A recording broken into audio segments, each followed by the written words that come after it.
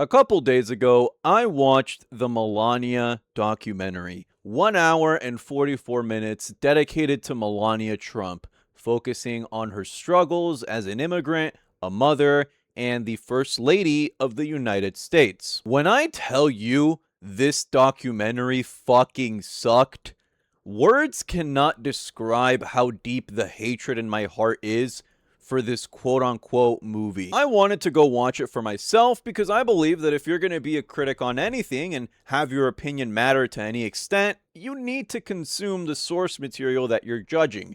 I'm sure that's a fairly obvious take. So, after what I sat through, what I can only describe as 2 hours of sleep inducing torture, this is my full review of Melania. Now, since I try to see the good in everything I watch, even this, I'll admit that it was fairly well produced. And on top of that, there were a lot of very beautiful shots of the White House or the scenery that Melania was walking through, and the soundtrack was also not half bad. Melania herself states that she's a Michael Jackson fan, and you can't go wrong with Michael Jackson. His songs playing in the background of this documentary might genuinely be one of the only redeeming traits that this entire production has. Oh my days.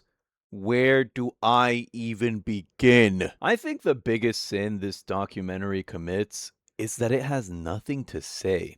Watching these 20 days in the life of Melania Trump, I couldn't help but feel absolutely nothing.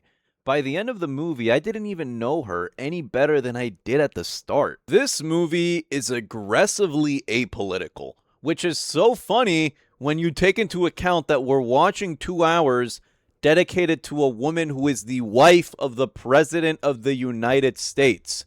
The closest thing we get to any sort of politics even being mentioned is a 5-minute segment dedicated to Melania saving a hostage from Hamas. Wow, you really showed us your heroism with that one, didn't you? A good 70% of the movie is just focused on Donald Trump, her husband. In fact, past the 30-minute mark, we spend so much time reliving the inauguration of Donald Trump that I was half expecting this movie just to be titled Trump, with Melania as one of the supporting characters. Because truth be told, she feels more like an accessory than the main protagonist character. She doesn't feel like she's important at all. If you told me to summarize this documentary, I would tell you that it's 2 hours of listening to Melania walking in high heels and occasionally seeing car rides and cinematic shots, which were placed only to justify releasing this in theaters. I genuinely believe I was one of the 5 people who actually paid to go see this monstrosity, and I will forever have the bookmark that they gave away at the movie theaters as a reminder of the pain that I endured that day. Something else that I want to talk about are the reviews for this movie. Now, if you looked at the thumbnail or if you Google the movie at all, you'll see that most of the critic reviews are not very positive in the slightest. But if you go onto the Rotten Tomatoes side of things, the critic reviews are absolute dog shit, but the audience reviews are almost flawless with a 99% from the audience.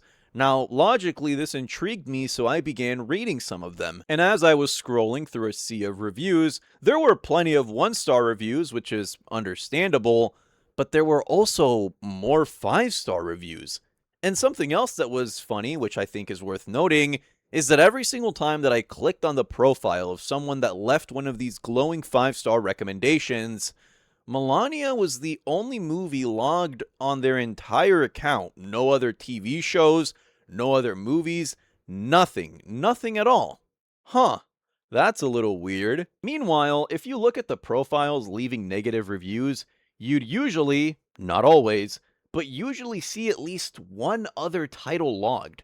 Some sign of life, some indication that the person behind this account is an actual human being and not just a profile that conveniently appeared just to praise this documentary. Now, I'm not saying that all positive reviews of Melania are fake and fabricated in order to make it seem like it's way better than it actually is, but if the shoe fits, wear it. You know, it's kind of one of those things.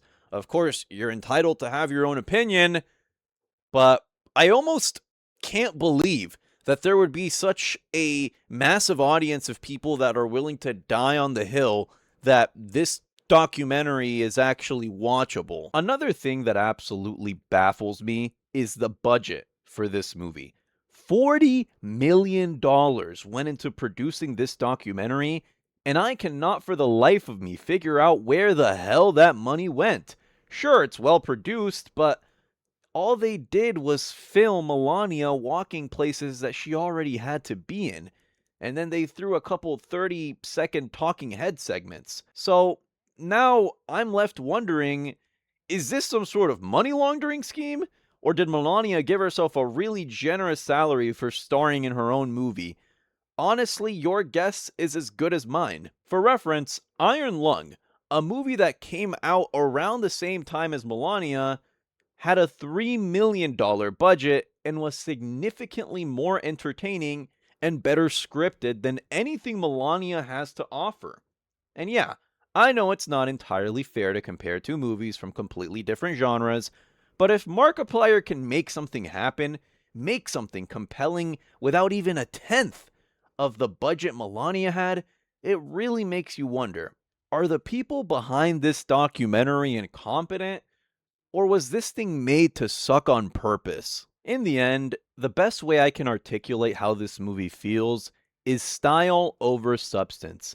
Melania chooses to focus on pretty shots of the White House and moments that exist solely to stroke either her own ego or her husband's, instead of actually trying to say something meaningful. Rather than attempting to put us inside the head of Melania, the documentary instead forces us to sit through 2 hours of nothing and then expects us to start clapping once the credits roll. To call Melania a bad movie would be an insult to all bad movies. This is just plain and simply a waste of time. It's not even one of those things that's so bad it's good or so bad that it's entertaining watching how much the movie sucked or how many errors were made along the way.